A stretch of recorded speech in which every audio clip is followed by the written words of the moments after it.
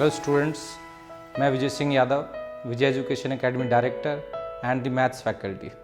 मैं एग्ज़ाम में इस वीडियो के ज़रिए आपको एग्ज़ाम में कैसे परफॉर्म करना है, बेहतरीन परफॉर्मेंस कैसे लाना है, उसके लिए कुछ टिप्स देना चाहूँगा, जिसमें आपको अपनी कुछ हैबिट्स को चेंज करना है, जिससे एग्ज़ाम में अपन अच्छा इम्प्रूव कर सकें। अब मैं आपको ये बताना चाहूँगा कि स्टूडेंट्स को क्या करना चाहिए और क्या नहीं करना चाहिए।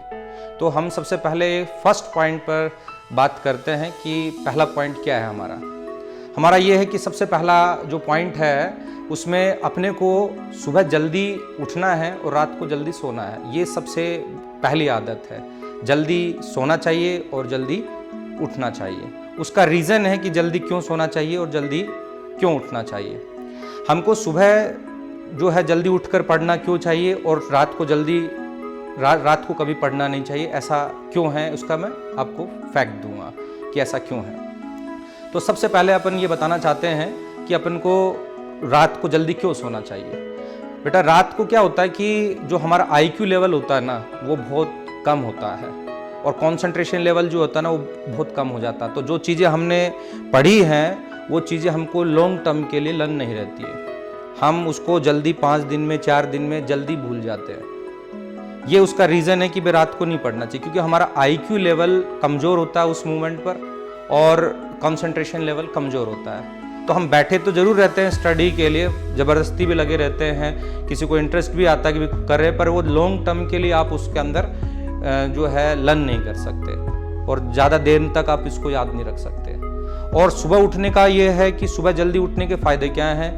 अपने को हमेशा जो है सुबह उठने के पढ़कर क्या होता है कि हम जब पढ़ते हैं सुबह तो हमारा IQ लेवल सबसे ज़्यादा होता है, हमारा कंसंट्रेशन लेवल भी सबसे ऊपर रहता है। तो जो चीज़ हम उसको लर्न करते हैं ना, तो हमको लंबे टर्म तक लर्न रहती है। तो इसलिए अपन को बोलते हैं, आपको बोल रहा हूँ मैं, कि आपको सुबह जल्दी उठकर पढ़ना चाहिए।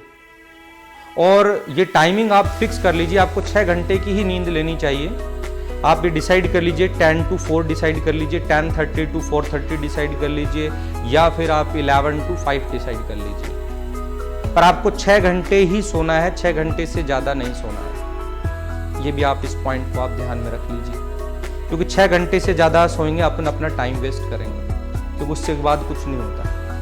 इसमें बेटा मैं एक पॉइंट और ऐड करना चाहूँगा। कई स्टूडेंट का ये सोचना होगा कि सर हमको रात को जो पढ़ रहे होते हैं हमको थकान बिल्कुल नहीं होती, हमारा कंसंट्रेशन लेवल अच्छा होता है, हमको जल्दी चीज़ समझ में आ जाती है। तो उसका रीज़न ये है कि बेटा आप दोपहर में क्या तो आप 1-1.5 घंटे सो रहे हैं, उसकी वजह से आपको ऐसा फील आ रहा है। अगर आप दोपहर में नहीं सोते तो आपको बिल्कुल फील आएगा कि भाई अपन नहीं पढ़ सकते रात को। और बात तो वही हो गई कि भाई आप जो है रात को आप दोपहर में आप पढ़ ले रहे हैं, सो ले रहे हैं, और शाम को रात को पढ़ ले रहे हैं, फिर सुबह जो है ना अपन लेट उठ रहे हैं, 8-8 घंटे सो रहे हैं, 9-9 घंटे सो रहे हैं। तो ये अच्छी बात नहीं है, अच्छा साइन नहीं है ये चीज़। मैंने बोला 6 घंटे से ऊपर नहीं सोना है। तो एक टाइम टेबल अपना फिक्स कर लीजिए सोने का और उठने का, ये मैं आपको कहना चाहूँगा। अब मैं सेकेंड पॉइंट के बारे में डिस्कस करना चाहूँगा।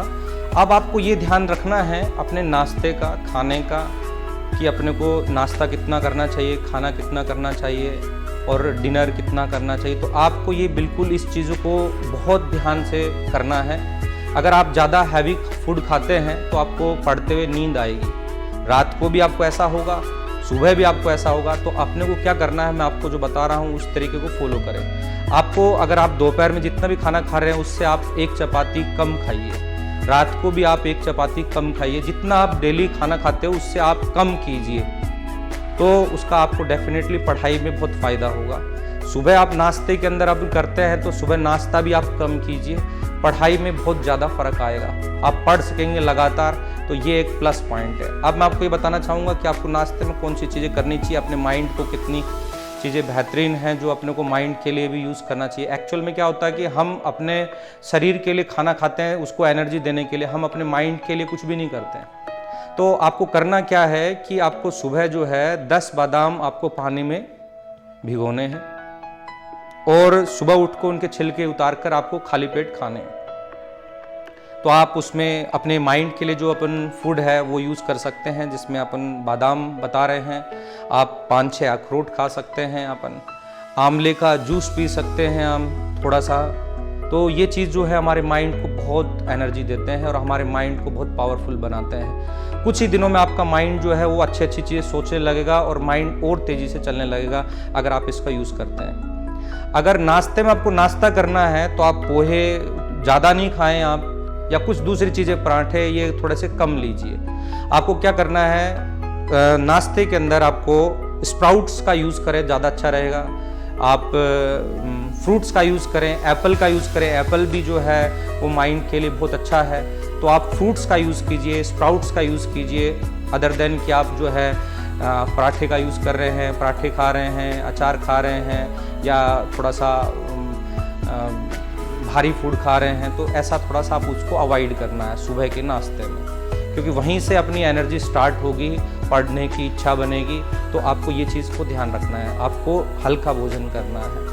और दोपहर की जब बात आती है कि दोपहर में सर क्या करें, तो दोपहर में आपको करना क्या है कि अगर आप कोचिंग इंस्टीट्यूट के अंदर जाते हैं तो कोचिंग इंस्टीट्यूट में अगर आप पढ़ते हैं तो आपको क्या करना है कि दोपहर का खाना कम खा के जाना है, नहीं तो वहाँ पर नींद आएगी आपको। तो आपको करना क्या है कि कम अपनी डाइट जो है वो 20-25% आपको कम करनी है, ताकि वहाँ क्लास के अंदर अपना फुल कंसंट्रेशन है और जो टीचर समझा रहा है उसको हम समझ सकें। तो आपको ये ध्यान बिल्कुल रखना है। और घर पे अगर आप रह रहे हैं और कोचिंग नहीं जा रहे हैं और घर पे ही पढ़ रहे हैं आप, तो आपको करना क्या है कि आपको जो खाना खाते हैं आप डेली रूटीन में उसको खाइए और आप थोड़ा सा रेस्ट लीजिए, आधे घंटे और या 45 मिनट्स का। उससे फ़ायदा ये होगा कि हमारा माइंड, जैसे हम सुबह जैसे हमारा माइंड फ्रेश माइंड उठा था, उतनी एनर्जी आपको फिर से मिल जाएगी, हमारा IQ लेवल फिर से ऑटोमेटिकली बढ़ जाएगा। अगर आप ऐसा कर सकते हैं तो बिल्कुल करना चाहिए आपको। उसके बाद आपको फिर से पढ़ाई स्टार्ट करनी चाहिए। तो आप इस बात का भी विशेष ध्यान रखिए।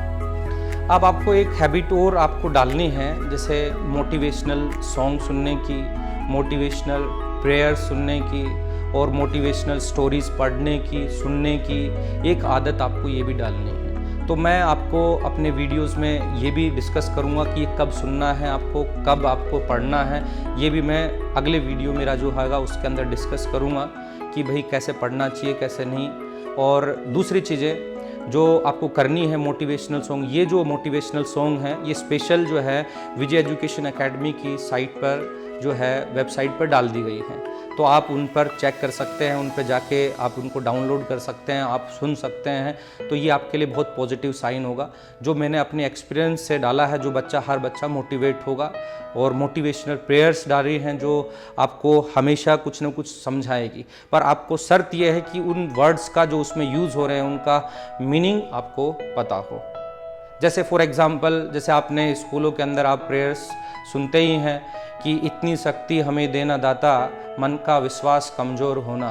तो ऐसे क्या होता है कि आपको ये वर्ड बस सुनना नहीं है, उसको समझना है कि क्या कहना चाह रहा है, कि भाई वो दाता से कहना चाह रहा है, भगवान से कहना चाह रहा है कि भगवान मुझे इतनी शक्ति दो कि मन का विश्वास कम ना हो। मन का विश्वास मीन्स मतलब माइंड मेरा कमज़ोर ना पड़े और कॉन्फिडेंस से भरा रहे। तो ये चीज़ इम्पॉर्टेंट है। उसमें कुछ और भी आगे जाके आपने इसमें पढ़ी है, आपने इस प्रेयर के अंदर, कि ये ना सोचे हमें क्या मिला है, ये सोचे किया क्या है अर्पण। तो इसके अंदर उसका वर्ड का जो मीनिंग है अर्पण, उसको भी आप ढंग से समझें। आप हमेशा ही बोलते रहे कि पेरेंट्स ने मुझे ये नहीं करा, मुझे ये नहीं दिया, टीचर ने मुझे ऐसा नहीं पढ़ाया, वैसा नहीं पढ़ाया। तो आप हमेशा दूसरों से ये मांगते रहते कि हमको ये नहीं मिला, हमको वो नहीं मिला, ये फैसिलिटी नहीं मिली। तो ये चीज़ आपको नहीं करनी है। आप तो ये देखिए कि आपने क्या दिया है, आपने पढ़ाई के लिए आपने क्या दिया है, किया क्या है अर्पण। तो ये चीज़ आनी है कि हमने टीचर को क्या दिया है, हमने पेरेंट्स को क्या दिया है, हमने किसी को क्या दिया है, उस पर विचार करें अपन। उन चीज़ों पे ना देखें कि भाई हमको कुछ नहीं मिला, हमको ये फैसिलिटी नहीं मिली, हमको ये फैसिलिटी नहीं मिली।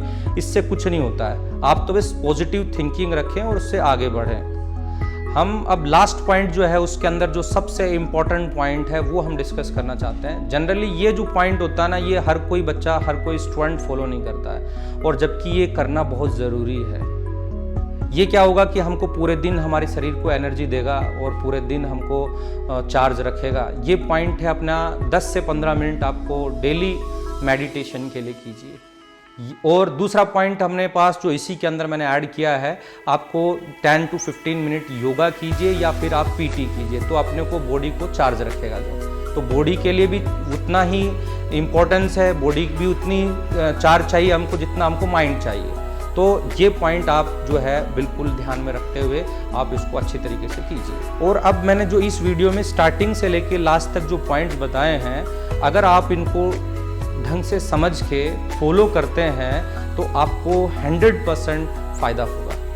इसमें कोई प्रॉब्लम नहीं जाएगी और ये बहुत इजी है। इतना भी नहीं कि मैंने आपको बहुत टफ जॉब करने के लिए दिया है, बहुत कठिन काम है, ऐसा नहीं है। बिल्कुल अपने डाइट्स में चेंजेस करने हैं और ये जो पॉइंट्स बताएं इनको फॉलो करने हैं तो आपको डेफिनेटली फ़ायदा होगा।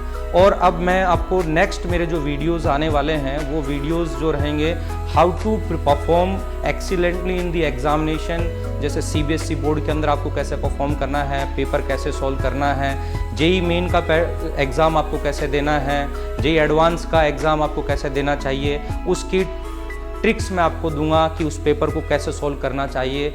और एक और वीडियो जो मैं बताऊंगा आपको कि आपको कैसे घर पे पढ़ाई किस तरीके से करनी चाहिए आपको, ये भी मेरा नेक्स्ट वीडियो के अंदर आने वाला है। Thank you very much.